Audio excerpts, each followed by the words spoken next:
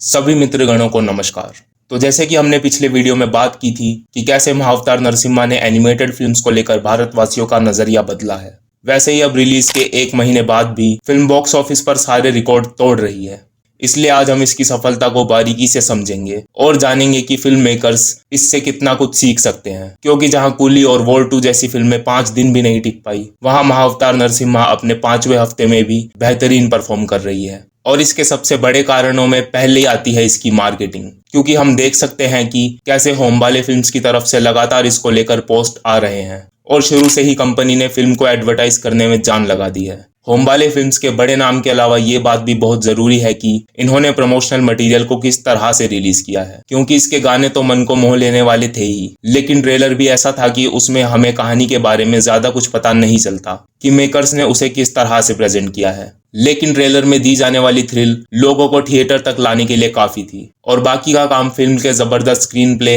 और एनिमेशन ने कर ही दिया, जिसकी वजह से हर जगह इसकी बात होने लगी और देखने वालों की संख्या बढ़ती ही गई। वर्ड ऑफ माउथ इतना ज्यादा होने का मेन कारण था फिल्म का एक्सपेक्टेशन से कहीं ज्यादा बेहतर होना, क्योंकि इंडिया में एनिमेशन इंडस्ट्री इतनी अनटच्ड है कि कोई सोच ही नहीं सकता था कि एक एनिमेटेड फिल्म हमारे कल्चर को हर तरह की ऑडियंस के लिए इतना अच्छे से प्रेजेंट कर सकती है, जिसे देख बच्चों से लेकर बुजुर्ग तक सब भावुक हो उठे और एक्शन के वक्त सबके रोंगटे भी खड़े हों। और फिल्म का मैच्योर टेक हमें पहले सीन में ही दिख जाता है, जब माँ दीदी ऋषि कश्यप जी को लुभाने का प्रयास करती हैं, जिसे देख वाकई में कई व्यूअर्स हैरान रह गए थे। तो ओवरऑल फिल्म काफी रियलिस्टिक थी, स्क्रीन प्ले स्मूथ था और एक्शन का स्केल भी ऐसा जिसके बारे में शायद कोई सोच कर नहीं गया होगा, और इसीलिए ये फिल्म व्यूअर्स को इतना सरप्राइज करती है।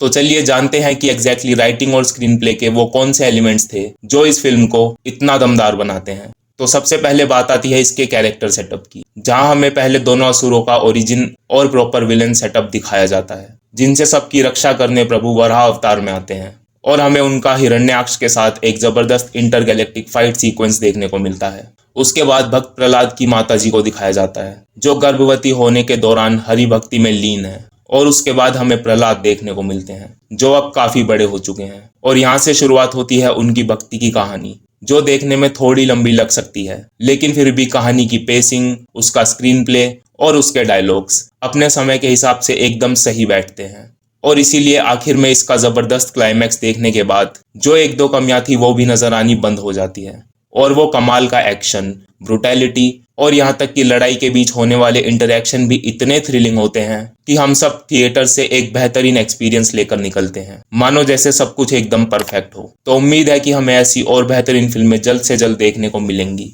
और सभी इंडस्ट्रीज को उनके आर्टिस्ट के साथ उनकी सही पहचान मिलेगी, ताकि हमारे अनसंग हीरोज भी सामने आए और दुनिया उन्हें उनके काम के लिए जाने। क्योंकि इसके बाद महाअवतार परशुराम जी को देखने के लिए मैं बिल्कुल इंतजार नहीं कर सकता। घोर छिड़ गया है जंग एक ठनी, अस्त्र शस्त्र दंत नख है भौं अब तनी, चल पड़े तो मर गए जितने भी असुर थे यहाँ।